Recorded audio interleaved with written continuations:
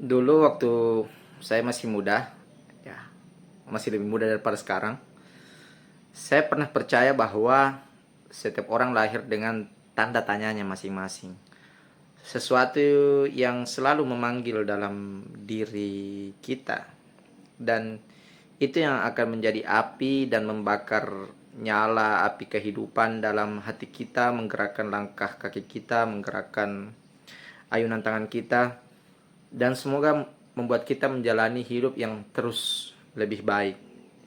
Cuma makin kesini makin makin apa ya, makin abu-abu kata-kata itu. Saya baca buku itu mungkin di buku atau dengar di film, dan waktu muda saya belum punya tanggung jawab, belum tahu bertemu dengan dunia nyata seperti apa, punya mimpi yang berapi-api, dan sepertinya hanya satu mimpi itu saja yang penting.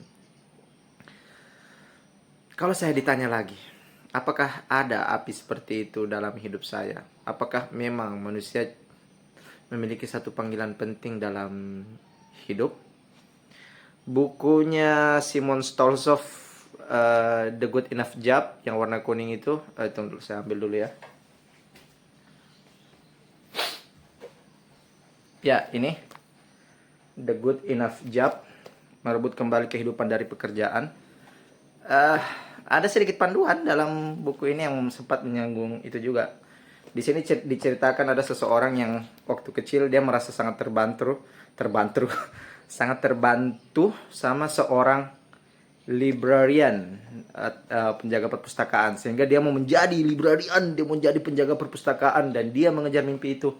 Kayaknya kuliah jurusan perpustakaan, akhirnya mendapat pekerjaan di perpustakaan, dan ternyata kerja di perpustakaan tidak keren-keren amat. Banyak hal-hal di pekerjaannya yang ternyata dia tidak sukai.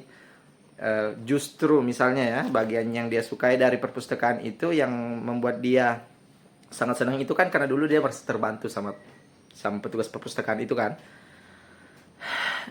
Ternyata itu menjadi pustakawan yang berdiri di belakang dan membantu orang-orang yang meminjam buku, menuntun mereka menemukan buku yang tepat. Itu hanya mungkin sekitar 20% saja dari pekerjaannya. Sisanya itu adalah rapat, bertemu dengan kolega, membicarakan tentang kebijakan-kebijakan dalam perpustakaan, menginput buku-buku di perpustakaan, hal-hal yang tidak dia lihat dari pekerjaan perpustakaan sebelumnya, dan ternyata lebih banyak porsinya dalam hidupnya dalam perpustakaan. Dan dia menanyakan kembali panggilan hidup itu, apakah memang ini yang harus dia lakukan sampai menghabiskan waktunya di bumi. Akhirnya dia memutuskan tidak, berhenti dari pekerjaannya sebagai pustakawan dan mengejar hal lain dalam hidupnya. Akhirnya betul-betul